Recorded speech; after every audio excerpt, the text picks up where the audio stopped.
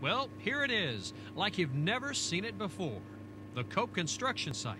And because there's so much to see, this aerial perspective is really the only one that truly does this project justice.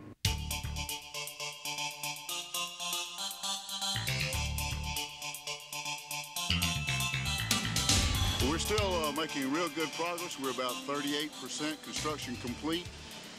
We finished the structural steel basically, except for the grading and a few of the sag rods. We have started the siding on the turbine building.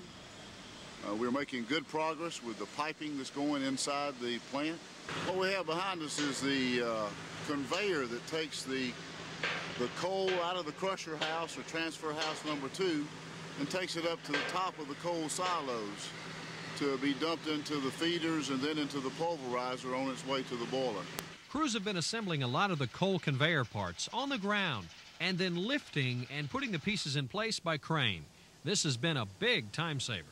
Okay, we have completed the outside shell on the stack. It's 525 feet high, and we have started the brick liner that goes inside. Right now we're about 70 feet high on the brick liner.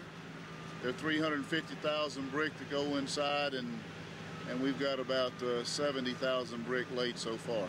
A major project going on is the work on the switch yard, the real hardware, so to speak, in getting the power out of the plant. It is here that all the circuit breakers, buswork, and transformers are located. We've got a step-up transformer that steps it up to 230,000 volts coming into this switch yard.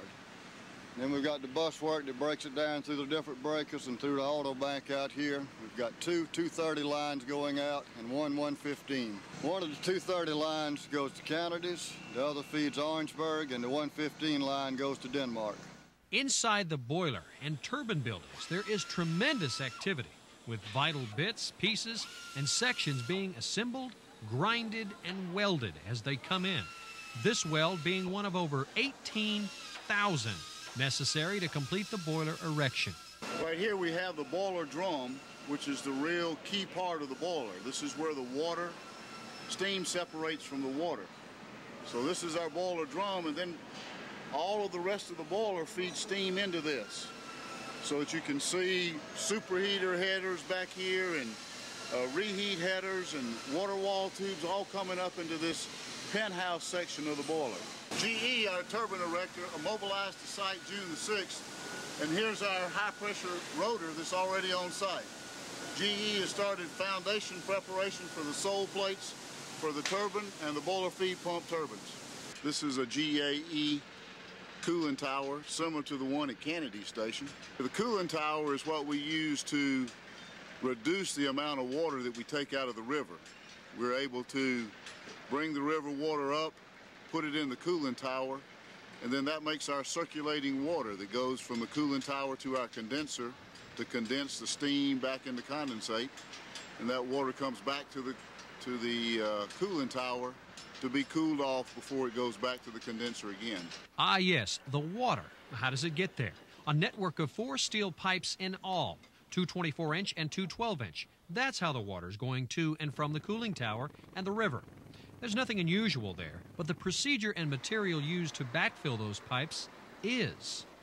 Flowable fill was used in this case because your 4 lines are running real close together, and it'd be hard to get in here and get a good compaction on this, and really flowable fill would save Duke Floor Daniels a lot of time and money by using flowable fill. All the flowable fill is being batched on site and is a special blend of sand, fly ash, cement, and water, which has properties similar to concrete while in a plastic state, but it takes on the characteristics of a compacted fill once in place. For this trench, an estimated 1,000 cubic yards of flowable fill will be used. Stay tuned, we'll have another Cope Diary update soon.